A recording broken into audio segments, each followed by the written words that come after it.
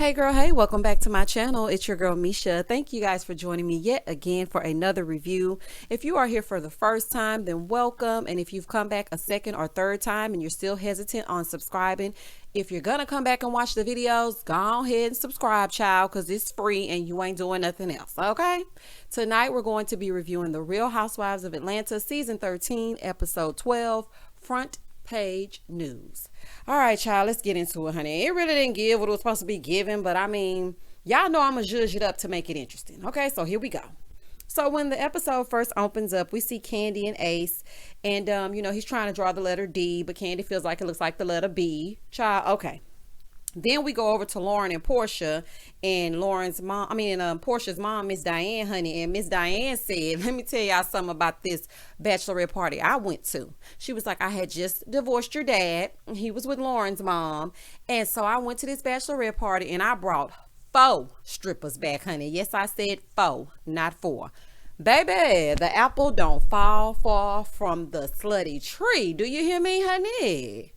Those 4 strippers walked so that Bolo could run up in Portia, allegedly. Okay, I'm just saying, honey, because I mean, the mama and the daughter, they one and the same. Y'all better get y'all life, okay?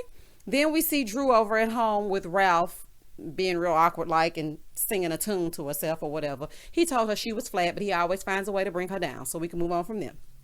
Then we see Cynthia at home, and she's talking about her mom's dress, because apparently the dress is going to be here 6 days after the actual wedding, so that's a problem. Then we see Drew. She calls Cynthia, and she's talking to her, and Cynthia's telling her that her mom's dress is going to be 6 days late. And so Cynthia and Mike are sitting there, and so Drew goes, yeah, I think I'm going to sing Monica's Angel.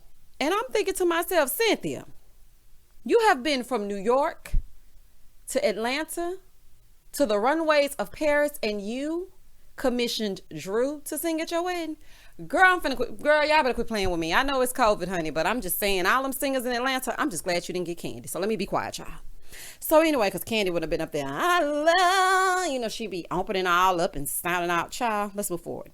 So Cynthia looks at Mike, and he says, babe, she says, babe, do you like Monica's Angel of Mine?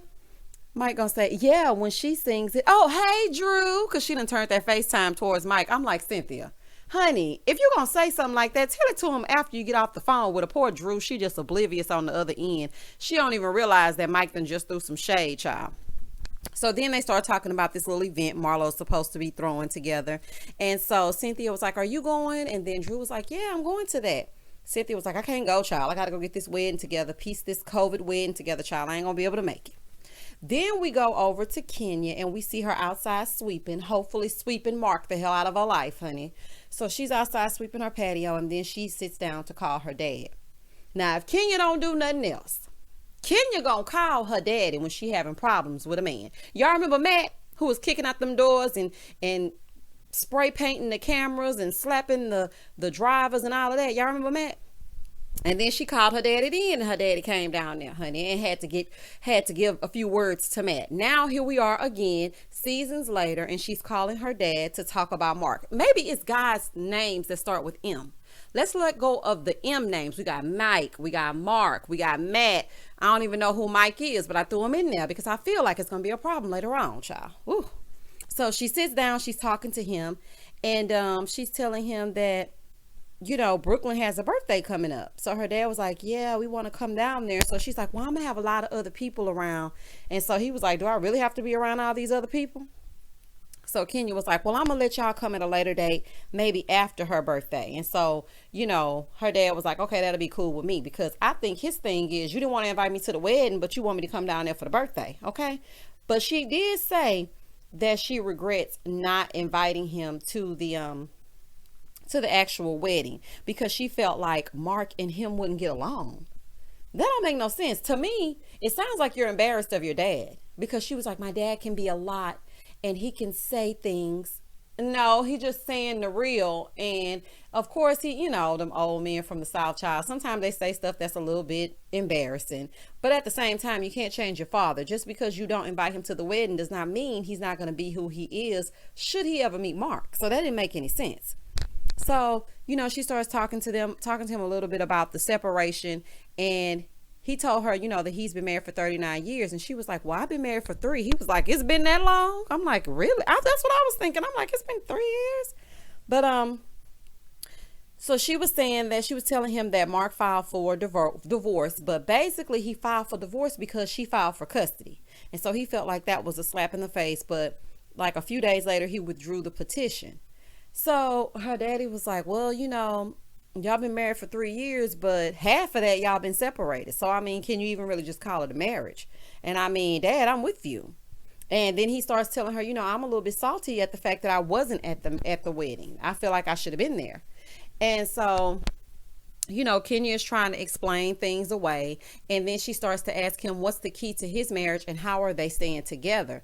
And he was like, you know what? We genuinely like each other as people. It's like us against the world.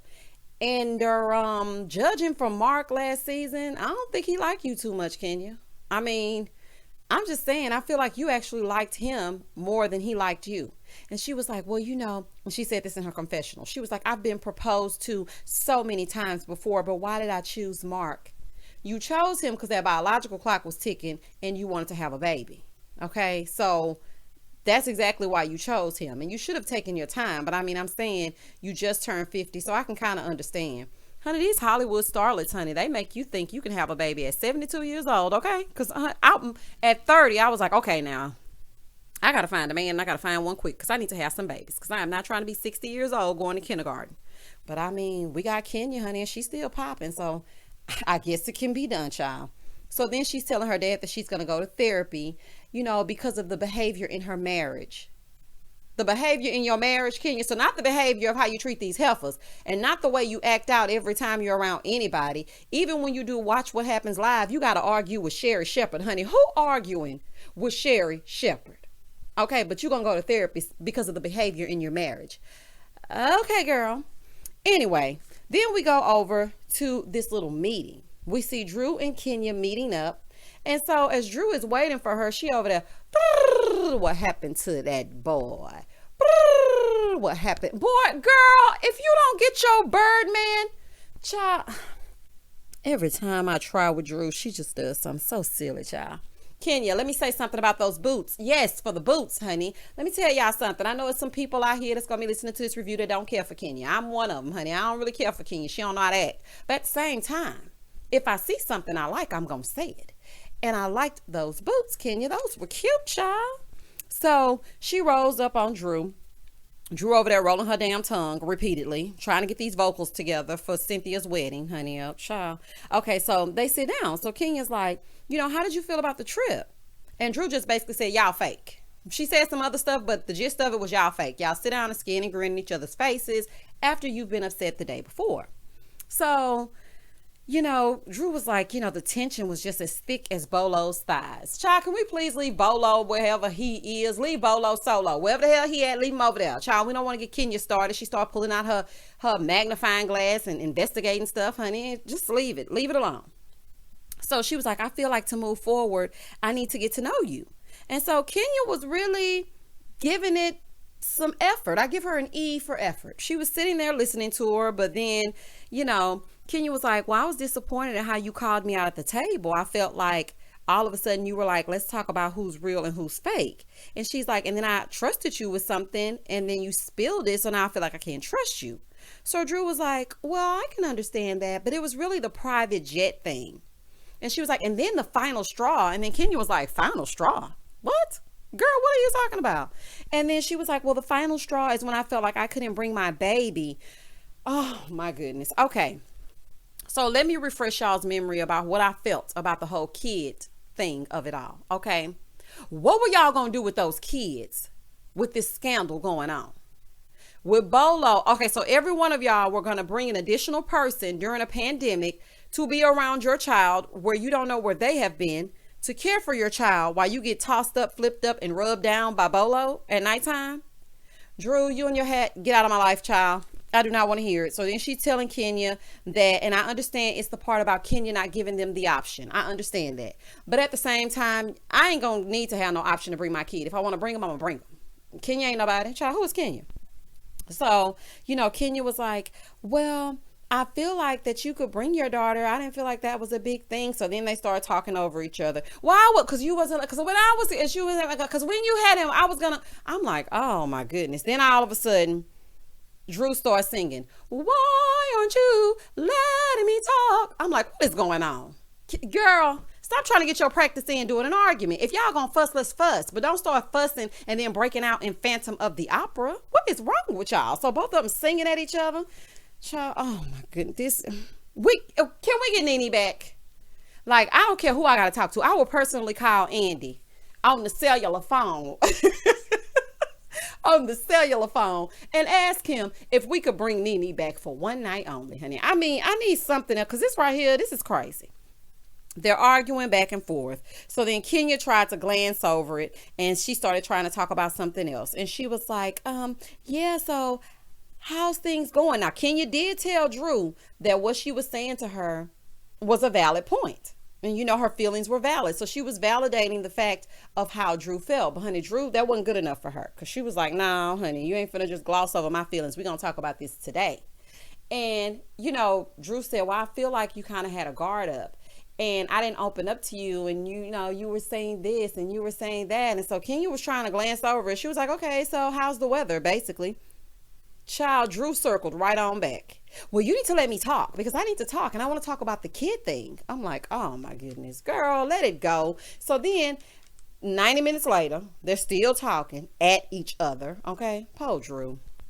Honey, Ralph don't listen to you and neither does Kenya. It's giving me real Kim Fields tease. Okay. Kenya's a little bit nicer to Drew than she was to Kim Fields. Because by now Drew's chair would have been pulled out. So, I mean, as far as I'm concerned, we're doing pretty good. So then Kenya's like, can I get a to-go box?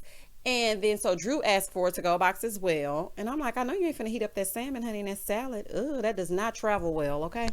So they're like, can I get a to-go box? Can I get a to-go box? And so Kenya asked for the check. So then Drew said, no, you can split it. And Kenya said, broke bitches split checks. Well, honey, call me brokey broke, okay? Because I'm not finna pay for no bitch I just got through arguing with. And I'm not going to sit up here and let you pay for me, especially you, Kenya, because all you going to do is use it against her a little bit later. Well, you weren't saying that when I was paying for your salmon salad. Like, I don't trust you, Kenya. So if I'm with you, Drew, on this, I would have asked for a separate check as well, honey. Let me pay my $22.99 and go on about my business. So then Kenya was like, I don't want to split no check. I don't want to have to figure out taxes. Kenya, I don't know if you've eaten out before, but normally when the restaurant splits your check, the tax is included. Thank you for coming to my TED Talk. Girl, if you don't get your crazy ass out of here, behind child, should have made me cuss, child. Y'all know I don't really like to cuss in these reviews, child. So then we go back over to Cynthia and Mal. They driving down the street and they're going to look for a dress for her mom. Honey, Cynthia gonna drag this dress out for her mama. Girl, if you don't go to David's Bridal or somewhere and get this woman a dress, girl, gone. So they're going to get a dress for the wedding. And then she starts running off this checklist to Mal of everything that's wrong. Okay. The tux is too tight for Mike. One of her bridesmaids dropped out for the wedding. She can't find her shoes. I mean, the venue's closed down. It's about to be a hurricane. She can't find the right wig. I mean, it was just a whole laundry list of things. I'm like, Cynthia in these weddings. I don't know what it is about a wedding and Cynthia, but they just don't mix. Because there was all kind of problems when she was getting married to Peter. But at least they're not going to hide the marriage license this time. So that's okay. Cynthia said she was out. I was out in these streets for a minute. I didn't think I was ever going to get married. Out in what streets? Cynthia, girl, I know you ain't talking about that man Will, who Eva came up on the first scene, her first season on the show, and told you that that boy had a girlfriend. I know you ain't talking about Will. Oh, okay. Girl gone. You want to know streets, child. You dated two people, went on the Steve Harvey show. He hooked you up with old corny Mike, and y'all getting married. I'm so happy for you. Girl, that 50 Cent is a trip. So then Mallory looks at her phone and she shows Cynthia a blog that knows about her bachelorette party. So it's all in the blogs, child. Then we go over to Marlo's event and Candy arrives at Marlo's harvest party. So Candy goes up to Marlo and she was like, girl, page 6 posted about the party. And Candy said, you know, I can't trust nobody. And child, you sure can't. But yeah, I mean, it's not really you can't trust anybody because all fingers point to Kenya. She was the only one that was that concerned about the whole sleeping of it all. So I'm sure that it was Kenya that leaked the story, allegedly. So, okay, we can go and move on from that. So Candy tells Kenya, um, so then Kenya gets there. So Candy tells Kenya about the blog. Kenya using her acting chops to deflect, honey. Talking about what? Page 6? Yeah, page 6, honey. So go on, investigate that. Because since you like to investigate who told the blogs about this party. So then Shamia shows up. Candy tells Shamia, Candy, you're doing a lot of talking this season. I realize that. I don't know if you're starting to get a little antsy because you don't know if you might make it to the finish line or what's going on, but you didn't used to do all that talking. You've been talking a lot this season. Okay, girl. So then Candy tells Shamia what happened. Then she tells Toya. Toya gets there. Thank God she took these braids out. Okay, and then Toya asks Kenya, well, who did it? Did you do it? And Kenya was like, well, if it was a B. Scott, or something like that, then maybe. But it wasn't me, honey, which is what Tanya should have said. You see how she just threw in Shaggy? It wasn't me. That's what Tanya should have did. Now she's down in Canada with Paul running from this Bolo situation. Ciao, goodbye. So then Toya was like, Kenya is really a good friend, but I feel like if you do something that she does not like, honey, her accent was coming out and everything, that she does not like, then all hell's gonna break loose, basically. And she feels like Kenya leaked the story. So, I mean, I feel the same way. So Marlo was like, well, Tanya's down in Canada. So Marlo was like, well, she said she was in the room at 6 a.m. eating snacks. And honey, everybody knew what she was eating, but it wasn't no damn Cheez-Its, okay? I'm just saying, allegedly. So then Storm shows up, aka Drew. And everybody's like, oh my gosh, Drew. Okay, let me just move on, child. So Drew shows up. Marlo asked her, asked Toya if she was in there with them. And Candy was like, why are y'all still talking about this? Because Candy wanted to just go away. She don't want to talk no more about it. But Candy, you shouldn't even brought up the fact that it was on page 6. Just come in, sit down, eat your food or whatever y'all were doing, and go ahead on. And what was this? Because it looks like y'all just came to a farm, sat down, had a plate of food, talked about this situation, and got on a tractor, and then nighttime fell. That's what this was basically the gist of. They called Cynthia and asked why she's absent. So then Candy was asking her if she had done the prenup. And Marlo gonna say, she better call Mama Joyce, honey, because Mama Joyce gonna know exactly where to go and what to do and what to say. So after she asked her about that, Cynthia was like, well, I'll do a post-nup. Kenya being shady, talking about after everything in her confessional, after everything you went through with Peter, you gonna do a post-nup? Girl, worry about your own situation and worry about why Mark keep filing for divorce, unfiling for divorce, filing for divorce, unfiling for the girl. Worry about that. So then Portia calls because she lost. I think Shamia called her or something like that. She gets lost on the way to the pumpkin patch. She driving a million miles out of the way. But then again, honey, she didn't think the Underground Railroad was an actual railroad. So directions are not her thing, okay? Kenya said when they got on this little got on the little hayride thing because they're at a pumpkin patch. When they got on that, Kenya was like, well, I felt like Drew was coming for me. Portia's still missing, honey, running around like Dora the Explorer. She cannot find out where she is. She's talking about, I done passed up Egypt and Europe, and girl, this is where you live and you don't know where you're going. GPS is on the phone. What kind of confused GPS do you have, child? So Kenya was like, I feel like Drew was coming for me. And Candy chimes in, honey. She started piping up. So I'm like, yeah, I feel the same way. I'm like, really, do you now? I don't feel like Drew was coming for her. Y'all comment down below if y'all feel like that. I feel like Drew was just putting it on the table because these ladies do appear fake. But at the same time, that's the housewives' way. So sometimes, Drew, you just got to sit back, honey, and just be happy you ain't in it, child. So Drew lets her know that she was like, yeah, I'm preparing for Cynthia's wedding. So Drew started doing her tongue exercises yet again as they get ready to get on this thing. So after it's all said and done, they get off. Here go Drew throwing more shade, talking about, the tongue exercises help loosen up the tongue, which could help Kenya's marriage. Oh my God. Okay, let me just. Drew, listen to me. Your husband doesn't respect you. You keep referencing these tricks you have sexually. Clearly, those are not working either. Call whoever's in Tampa and ask them, are they doing the tongue exercises? Because, honey, it don't matter what kind of exercises you're doing, lickety split and all this. Every episode, you got some snide remark. That's why you and Kenya can't mesh well, honey. You're too worried about her marriage. You're too invested. Go put some of that energy over there at Ralph. As a matter of fact, he probably gone down to Tampa right now, child. So anyway, so then Portia finally shows up, honey, and the sun is rising the next day. Child, it was pitch dark when Portia showed up. I'm like, Portia, now, honey, you know you drove in circles because you did not want to be bothered with Kenya. You were not lost, child. You know where you were going. How you gonna say that it was 45 minutes, but you got lost? Okay, girl. Portia was like, so they started telling her about the blogs and how it got leaked. And Portia was like, it's a Kenya leak. And Marlo was like, well, I think y'all should talk about it, you know. And so Marlo says that she feels like the other girls are backing off because her and Kenya are friends. So Portia was like, the timing of the way you and Kenya made up was suspicious to me. And basically she was like, that's suspicious. But what Portia doesn't understand is that Cynthia forced them to make up. It wasn't like she just was like, can I please make up with Marlo because I want to get some things done? No, Cynthia made that happen.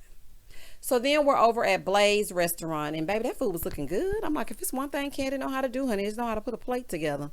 So Candy starts talking about Kenya's business to Toya, asking if she knew this, that, and the third. And I'm like, there you go, being messy, Candy. And then at the reunion, you're going to be sitting there looking like you didn't know what was going on. Let me be clear. You know how Candy always like to lead with that. Let me be clear. Well, let me be clear. You're being messy. Shut your damn mouth, because you the one told on Tanya last episode. Child, you and old Don Juan. Hush. Speak on that. Speak on it. Hush. So then we go over to Drew, Portia, and Shamia. They're in this little store. You know, and Drew said exactly what I was thinking. Drew said as she was looking at Kenya, she felt like there was something sad in her eyes. And Kenya is going through a lot. I don't care what y'all say down in its comments, honey. Kenya going through some things. And I just have empathy for people. Even though, because y'all have to understand, this is a reality show. To me, I feel like Kenya is playing a character. She's playing the villain, and she's playing it well, honey. Collecting them checks and gone on down, child, please. But at the same time, I feel empathy for those who are being mistreated or going through a divorce, because I have been through that. So, you know, I feel bad for her. So Portia was like, I'm not making up with her ever. So you can forget that, Drew. You and your storm wig, go ahead on. So then we go over and we see Kenya. She's meeting with a therapist, Dr. Christie. At least it wasn't that therapist they met with last time. I think, wasn't his name Dr. Drew? No, not Dr. Drew. Y'all know that little therapist that wear the glasses, child, that Nene was like, I don't know you, and you didn't call this meeting for me, honey. The one that was fussing with that season. But she goes in to meet with her therapist, and she talks about how she falls for the same guy over and over. Child, story of my life, honey. Scoot over and let me talk to her. Scooch over. Story of my life. And she feels like, you know, that they're usually always emotionally closed off and not transparent. And she gives up everything. So she said for 30 years, you know, it stems from her mom not loving her, showing her affection, or actually being there for her. So then the therapist was like, well, what does that look like? And she said, I was 15. I dated a man that was 11 years older than me. Honey, we need to lock him up. Still today's date. And she was like, I used to fight all the time. He was abusive. I skipped school. And I'm like, no. Kenya skipping school and fighting? I don't see Kenya as a actual fighter. Verbally, yes. But the way Portia dragged her off that couch, honey, Kenya ain't never fought nobody, child. So, you know, I think that Kenya just needs to forgive her mom in order to get healing. That's what I feel. So Kenya was saying that she looks for love in the form of men, which I can definitely understand. And she said that Kenya said that when she talks to Mark, every time they speak, they're angry. So the therapist was like, well, how do you speak to him? Is it angry as well? She was like, no, I'm very transparent. You know, everybody knows that I'm very nice to people I love. A girl, what? She's like, I don't yell, I don't scream. Girl, yes you do. You claimed you love Matt. And y'all was out there fussing and hollering all at the dog place, all in the driveway, all at Peter's event. Child, y'all always screaming and hollering, child. But anyway, that was the end of the episode with, you know, Kenya finally going to get some help from those demons she has and trying to face what it is that's upsetting her. And I appreciated that. And I appreciated her finally coming to terms with the fact that she needs some help. Now, the helper didn't say she was going over to get no help to stop talking to these crazy helpers like that. But she did say she was going over there so she can better her relationship with her husband. And scene. All right, so that was the end of this episode. Hopefully the next, this episode was kind of boring if you ask me. They were just going places. It was very sedentary. They were going places and standing up. Like, child, it didn't make no sense. And Marlo, you and that hayride, child, you could have saved that. But I mean, I guess they're doing the best they can do under COVID circumstances. If I had to rate this episode, I would rate it a 6. Let's see how it goes as the season continues. Thank you guys so much for watching this review. Thank you for hanging out with me. Thank you for taking the time to actually sit and listen. As always, stay safe, stay blessed, spread love, not germs. Peace.